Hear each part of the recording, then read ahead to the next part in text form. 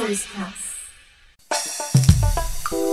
Hey, it's Benji Cole, son of Al Cole from CBS Radio and host of People of Distinction, the talk that gives an in-depth view of some of the most dynamic, intelligent, and successful people on the planet. And on the line with us today, we have Alan R. Hall. We'll be discussing his fantastic book, The Naked Queen, a tangential Arthurian legend. Available for purchase to his personal site, alanrhall.com. There, not only will you find more information on Alan himself, you'll find more information on this book, The Naked Queen, as well as find hyperlinks set up to take you to the purchasing page. So one more time, that's alanrhall.com. You guys, and I will say, Alan was brought to our network today by some of the best movers in the business, Authors Press Publishing. So if you have a book that you'd like moved, do yourself a favor and contact our good friends over at Authors Press. You can find out more information on them at authorspress.com. So without further ado, let's jump right in. Alan, first and foremost, welcome back to People of Distinction, and thank you so much for being a guest. How are you? I'm good, Benji. How are you? Fantastic. I'm glad to be here. Likewise. Well, listen, it's an honor to have you back on as a guest, and I'm doing well, man. Listen, I have my health, I have my loved ones. There's really not much that I can complain about. So I appreciate, again, having you as a guest, and thank you very much for asking. And Alan, listen, I know we have so much information to cover, but before we go into the book, let's hold off slightly. Start by telling our listening audience a little bit more about yourself and your background, please. Well, I'm a septuagenarian. I just turned 70. I have been writing various things since I was about 6 years old. Wow. I have been a poet, a short story author, a reviewer, a critic. I've been a theater critic for the past 35 years. I write for a local newsletter here in the Triangle of North Carolina, and I review plays all over the Triangle, and enjoy that thoroughly. That keeps me sane. But when I sat down to write a short story about a demonization and a seance to rid the demon from the king, my book.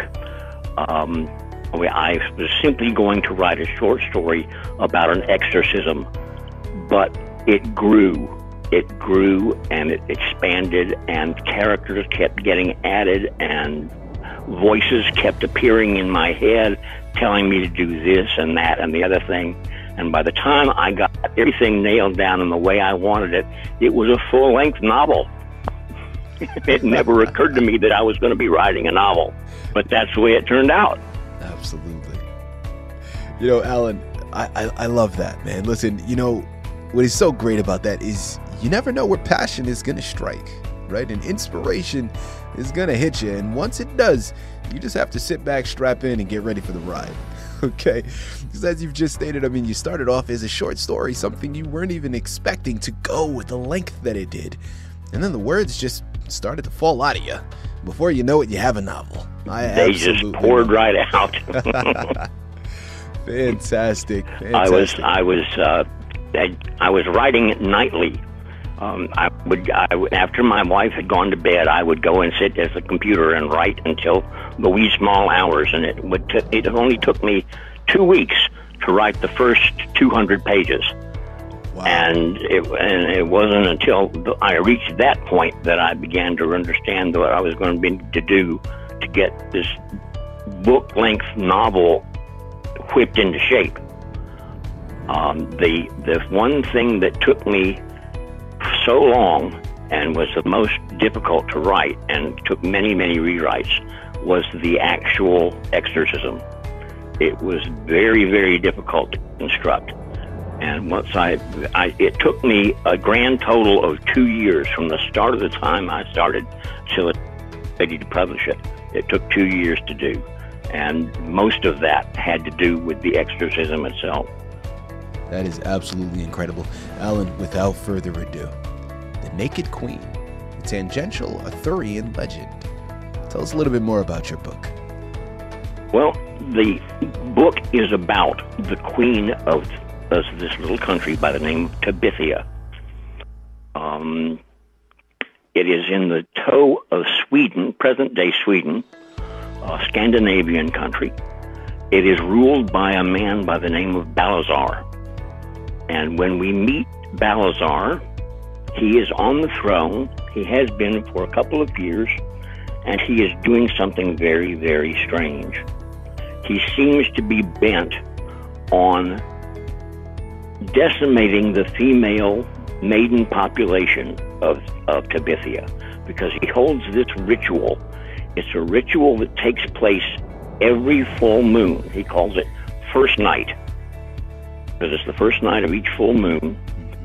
He has his knights go out and select some poor maiden of the realm, and that woman is brought to his castle and put through a ritual that is so horrible that if it doesn't render her unconscious, it might very well drive her mad.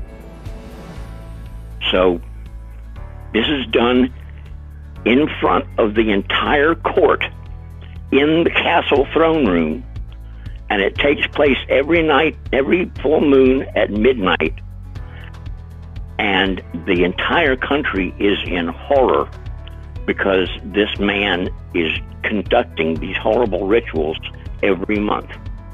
Now, the one thing that happens is that he has started the night, it's the 24th month. He's been doing it for 2 full years. And on this particular night, he begins the same ritual and has this poor woman, poor girl, I should say, standing before him. And suddenly he hears this voice ring out from the other side of the chamber, and it's a woman's voice. And she says, Balazar, you must stop. You must stop this. Add not to thy sin. I will speak, I will come, and I will take your ritual, but you must send the child home. And the king says, okay, let's do that. And then, of course, the little girl grabs her cloak and flees and is not heard from again, because everyone is now turned to see who this woman is. No one knows who she is. She's never been seen at the court before, but she strides into the courtroom and she's completely bare. She wears not a thing, but except a regal manner. And she comes and she addresses the king as an equal, which throws him for first of all. And then she becomes subservient and she says, I am here to do thy will. Have your way with me. And they discuss a thing or two, and finally he puts her to the test. He says that she is going to have to take each of the knights. There are 12 of them. Each one will be brought to her bed. She will have to take each one in turn, and it is her duty to last the entire 12 men. Well, not only does she do it, she seems to do it joyfully. And by the time she is finished, dawn is rising. The sun is about to break into the chamber. And when it finally does, when it finally breaks free and floods the chamber with sunlight, everyone in the court knows that the ritual has been broken, and that this woman, whose name is Serenia, has broken this king's horrible ritual. Well, this is joy throughout the land, but at the moment, there's only one thing that needs to be done. He tells her that she must go with these 2 maidens who are members of the court. They are 2 young women by the names of Augusta and Ariadne. They are they have become known as the nudes, because when they were brought to the court, they were stripped and placed before the king bare, and the king took one look at them and decided that these two women were going to be members of his court. And they, from that point on, have been witness to all of this goings on. And when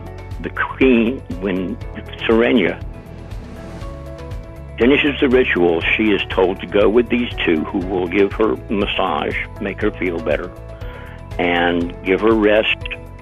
And then that evening, the king will call her, and she will come.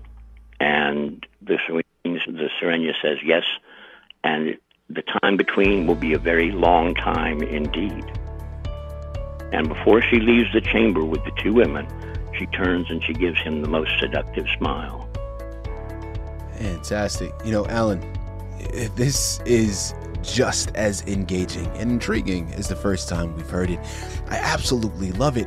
You know, listen, I'm curious because clearly this is a fictional narrative.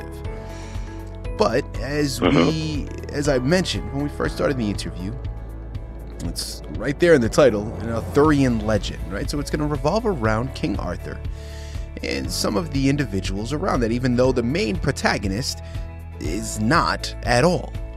Talk to us a little bit more about some of the research that you did in preparation for this book, Alan. Okay, I have always been a fan of King Arthur and the Knights of the Round Table.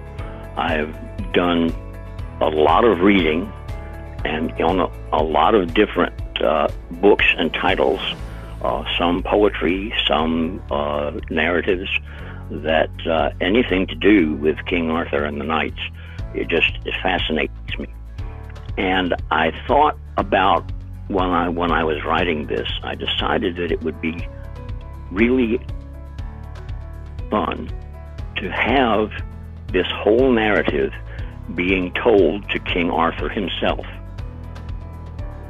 So when the man who tells this tale comes to the castle of King Arthur, he comes merely as a traveler, and he says that he has brought to King Arthur the tale of Serenia, the naked queen of Tebithia, who, of course, the king has heard of because she's become infamous across the entirety of Europe by this time. And this young man, whose name is Darian, turns out to be the adopted son of the queen. Now, the queen is Queen Serenia, the same woman who broke the ritual so many years ago. And it turns out that now, having wed the king shortly after the ritual was broken, the king and queen ruled Tebithia for 25 years.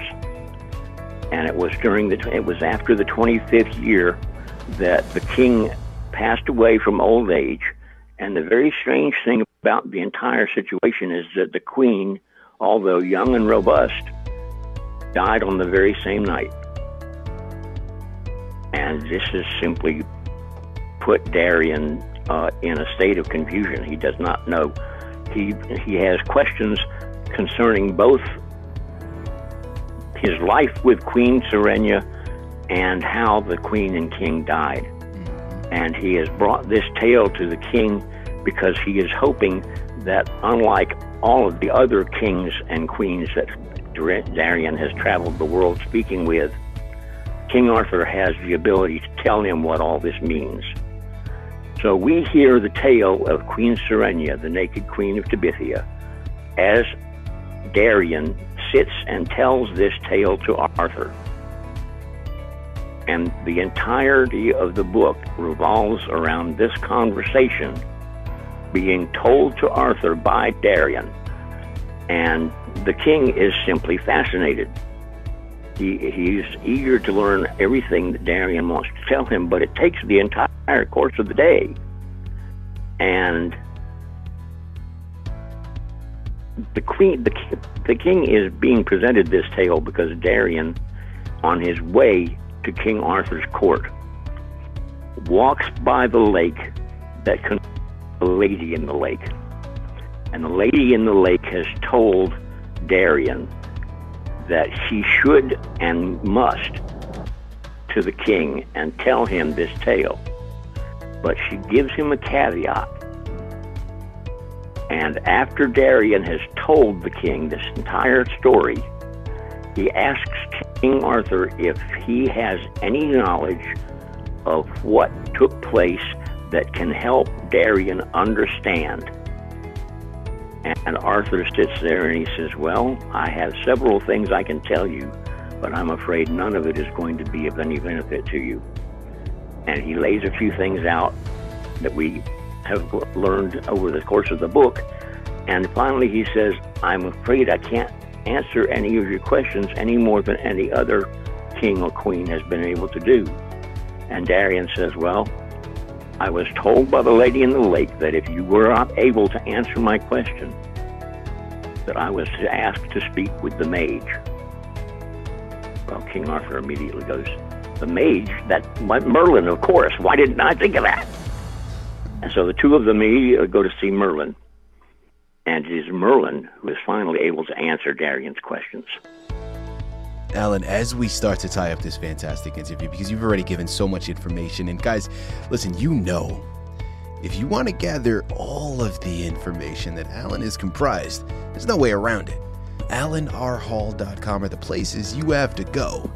But since we have you here on the line, let's go a little bit more in depth. Curiosity, Alan. I know, as you stated, you've always been fascinated with King Arthur, so this is clearly something that interests you, and it's apparent why you decided to do the research and go into comprising this. Now, this very easily could have just stayed information that you had discovered and maybe a little story that you comprised and you put together for yourself, but it didn't end there. You took it a step further and you published the book, and now made it readily available for the public to partake in as well. What inspired you to do that? Well, it was interesting that the story developed around, of course, the Connell character is the Naked Queen, and she is the subject of Darian's tale, but the actual hero of the tale is Darian himself. Because not only do we learn about Queen Serenia during this 25 years that Darian has to tell King Arthur about, but we also learn a whole lot about Darian himself. Now, Darian, of course, being the Queen's son, is the crown prince. And he has now come to the point where he must learn to rule because both the king and queen are now dead. And it is now time for him to obtain the throne.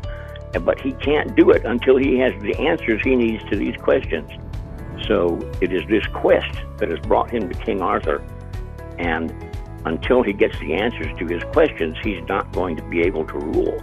So there's a point where we're all wondering what's going to happen next.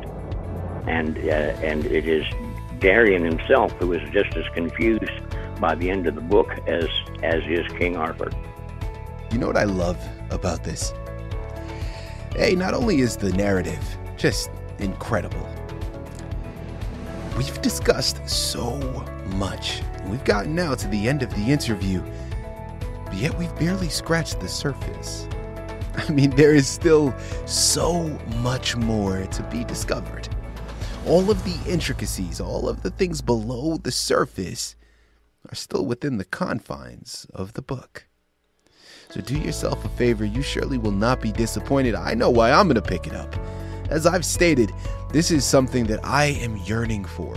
A journey that I can take, a safe journey that I can take to really be able to get out of the day-to-day monotony of this pandemic. AlanRHall.com are the places you have to go. The Naked Queen, a tangential Arthurian legend, is the title you have to pick up. And Alan R. Hall is the author you have to thank for bringing it to your table. Let's get lost in this fantastic journey. Alan, Once again, man, this has been just as much of a pleasure as it was the first time we had you on the network. Thank you for being a guest with us today on People of Distinction. Yes, indeed, Benji. Thanks for having me. I thoroughly enjoyed it.